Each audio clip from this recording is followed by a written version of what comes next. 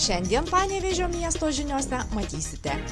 Keičiasi nuomos mokesčio skaičiavimo tvarka. Socialinis būstas vieniems brangsta, kitiems pinga. Nuo šiol etiketės privalės skelbti įdėta kofeino. Jubiliejinėje parodoje karališkas stiklo žėrėjimas. Mokytojai ir jų mokiniai kviečiami mokytis iš kino. Vykdydama vyriausybės nutarimą, Panevėžio miesto savivaldybė keičia savivaldybės gyvenamųjų patalpų nuomos mokesčio skaičiavimo tvarką. Kitaip tariant, nuo gruodžio 1 dienos socialinių būstų nuomininkai, priklausomai nuo jų finansinės situacijos, už būstą mokės arba gerokai brangiau, arba net mažiau nei moka dabar. Tas yra aktualu žmonėm išsinuomavusiems savivaldybės gyvenamąsias patalpas iki 2002 metų gruodžio 31 dienos. Visi vėliau, kai jau išsinuomavo, jau patapusi socialinių būstą nuo 3 metų, jų tas dalykas neliečia.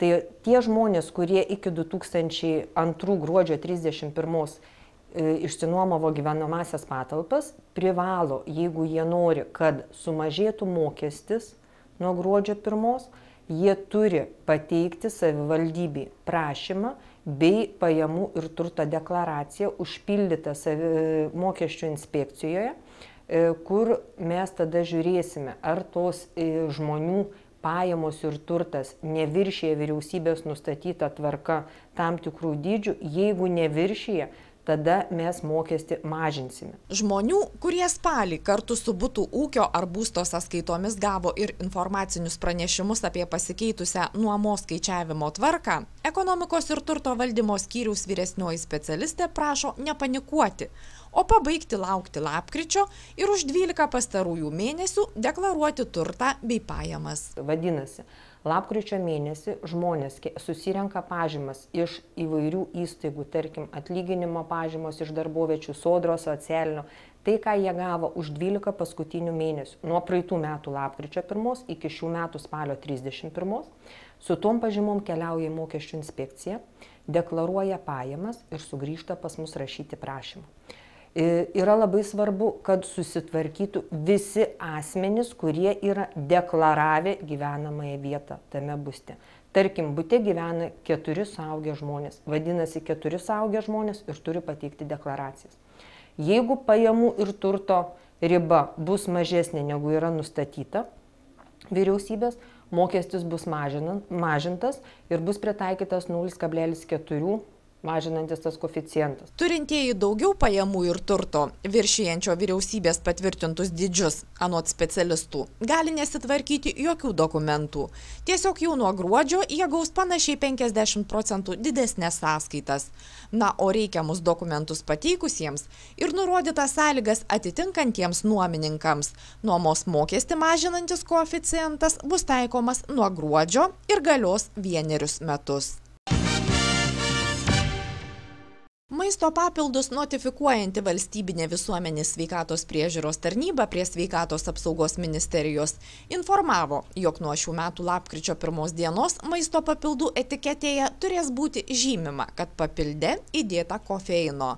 Tai galioja ir kitiems maisto produktams. Visi gėrimai, kuriuose yra kofeino, daugiau negu 150 mg litre, turės turėti užrašą daug kofeino, nerekomenduojama vaikams ir nešioms moterims. Taip pat ir visi kiti maisto produktai, kurių sudėti yra kofeino, irgi turės būti paženklinti užrašu įdėta kofeino, nerekomenduojama vaikams ir nešioms moterims. Dabar, matydamas paženklintą pakuotę, kad produktas yra su kofeinu, pirkėjas galės lengviau apsispręsti, sako Visuomenės sveikatos centro saugos skyriaus vyriausiasis specialistas, pirkti ar rinktis kitą gaminį. Užrašas įdėta kofeino tam tikra prevencija. Kofeinas yra nerekomenduojamas nešiom moterim ir vaikam ypatingai, kad, sakysim, nepriprastų ir dėl to būtent toks higienos normos pakeitimas ir buvo patvirtintas. Kofeinas yra ir tose visose energetinėse gėrimuose, ir gėrimuose, ir kavoj, sakysim, arbatai. Kofeinas, pasak specialistų, yra stimuliuojanti medžiaga. Per didelis jo kiekis gali padaryti žalos organizmui, pakenkti širdžiai, padidinti nervingumą, irzlumą, sukelti nemigą, galvos skausmus. Šiandien miesto dailės galerijoje atidarytas stiklo menininko Remigijaus Kriuko. Pripažinimą pelniusio ne tik Europoje, bet visame plačiajame pasaulyje darbų paroda. Tačiau gimtajame Panevėžyje savuosius kūrinius stiklininkas eksponuoja pirmą kartą, šmaikštaudamas, kad reikėjo subręsti, tai yra sulaukti 50-mečio. Tai yra paskutinių 3 metų darbai, tie, kurie praėjo mano pačio kritiką. Ir dar kartu ir žmonos, sakykime, nes darbų ir daugiau turiu ankstesnio laikotarpio, bet tie, kurie man pačiam patinka.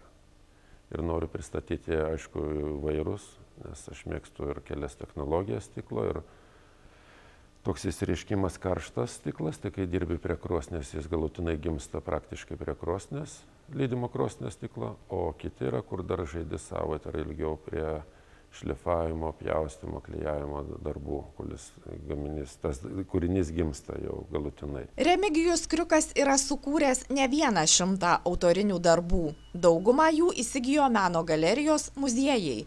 Kiti papildė privačias kolekcijas, puošė viešasias erdves. Menininko kūrinių yra Rusijos, Vengrijos, Vokietijos, Ukrainos, Estijos dailės muziejuose, Rygos ir Suomijos stiklo muziejuose.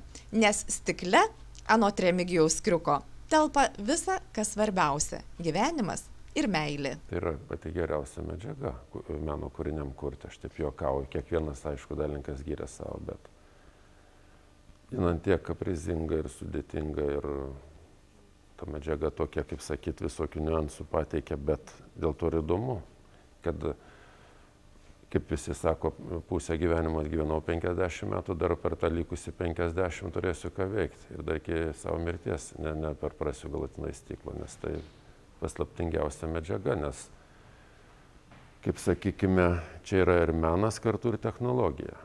Ir tu turi ant tiek gerai perprastą stiklą, kad jį galėtum suvaldyti. O jau tiek metų dirbu, bet visiems dar viską randu. Jis randa, ką man iškrės šposų ar ką, kaip sakyti, turiu darbą su tuo stiklu. Tokio švytėjimo, tiek iškalbingų istorijų, kurias pasakoja kiekviena stiklo skulptūra, ši meno šventovė dar nematė.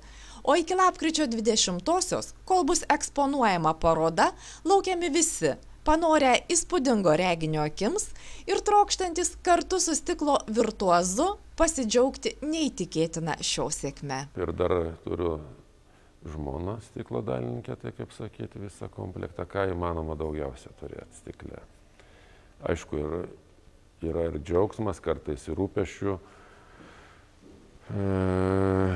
Kratinys, ar kaip išsireikš, studija, kur yra vis tas gimstas stiklas ir tie meno kūriniai, ir mūsų tiražuojama produkcija, kaip ir didelis, geras, nuostabus kolektyvas, kurie persismelkia tą irgi stikliorių dvasia, kur džiaugiuosi aš jais, kad jie irgi palaiko vienas kitą, palaiko mane ir jie supranta tą stiklą, kaip sakyt. Tai irgi labai didelis pliusas gyvenime. Mokausi iš kino. Taip vadinasi respublikinis, bendras visų Lietuvos kino teatrų ir kino centrų vykdomas projektas, kurio partneriais tapo ir Panevėžio kino centras Garsas. Projektas truks 2 mokslo metus, šiais metais nuo rugsėjo jisai startavo ir bus vykdomas iki 13 metų birželio mėnesio. Projekto tikslas yra tiek mokinį nuo 1 iki 12 klasės, tiek mokytoją, patį pedagogą, supažindinti su vaizdiniu raštingumu. Juk vaizdas be abejonės yra atėjęs į jauno žmogaus gyvenimą nuo pat mažumės. Jisai mato televizorių, jisai mato reklamas, tačiau filmus, tačiau niekas nemoko, kaip analizuoti tą vaizdą. Mokausi iš kino edukologės teigimu sukurtas tam, kad padėtų jaunam žmogui, mokytojui suprasti, kasgi realiai yra tas vaizdas ir kaip jį analizuoti. Todėl projektas suskirstytas net į 3 dalis. Pirmoji projekto dalis tai yra filmų peržiūros ir profesionalų moderuojamos diskusijos. Šią veiklą mes jau vykdome Kino centre Garsas ir apie tai galima daugiau pasiskaityti tiek mūsų internetinėme puslapyje, tiek projekto atskirai sukurtame puslapyje www.mokausiiškino.lt. Antroji projekto dalis susijusi su mokymais prasidės jau kitais metais, kai didieji partneriai įsikurs kino dirbtuves, kuriuose bus rengiamos profesionalios kino dirbtuvės moksleiviams. Mes taipogi tai darysime ir šita veikla turėtų prasidėti jau nuo kitų metų rudenio. Trečioji projekto dalis – mokymai mokytojams, nes teigiama, didžioji dalis jų, naudojančių vaizdą savo pamokose, daro tai intuityviai. Todėl bus siekiama suteikti jiems profesionalių žinių. Rengiami net 2 mokymų ciklai. Pirmasis jau šį lapkritį, 3-5 dienomis, antrasis kitąmet.